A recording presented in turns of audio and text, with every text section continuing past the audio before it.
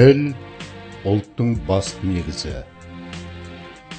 Қай ұлттың болса да өзіне тән, өзі қадір құрмет тұтатын ана тілі бар. Тіл ұлттың басты белгісі. Тілі жойылса, ұлт та жойылады. Тілі дамыса, ұлт та кемелдене түседі.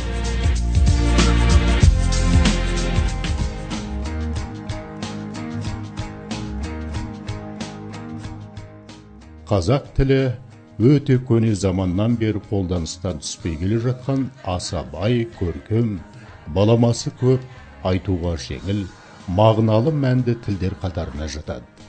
Оны мақтан етуге тиіспіз. Адамның ішкі жан сезімін, көңіл күйін білдіретін айналайын, текті бала, құлыншағым, ғұмырлы бол сияқты сөз және сөз тіркестері көненің көздері.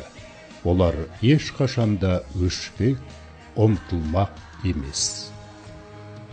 Кең байтақ жері, ата дәстүрі, өміршең әдет салты, ұлттық тілі бар қазақ халқы ғасырдан ғасырға жасай береді.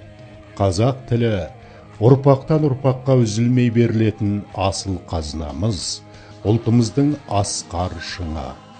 Оны көздің қарашығындай сақтай білу баршамыздың, халқымыздың, ұлтымыздың абыройлы борышы, парызы.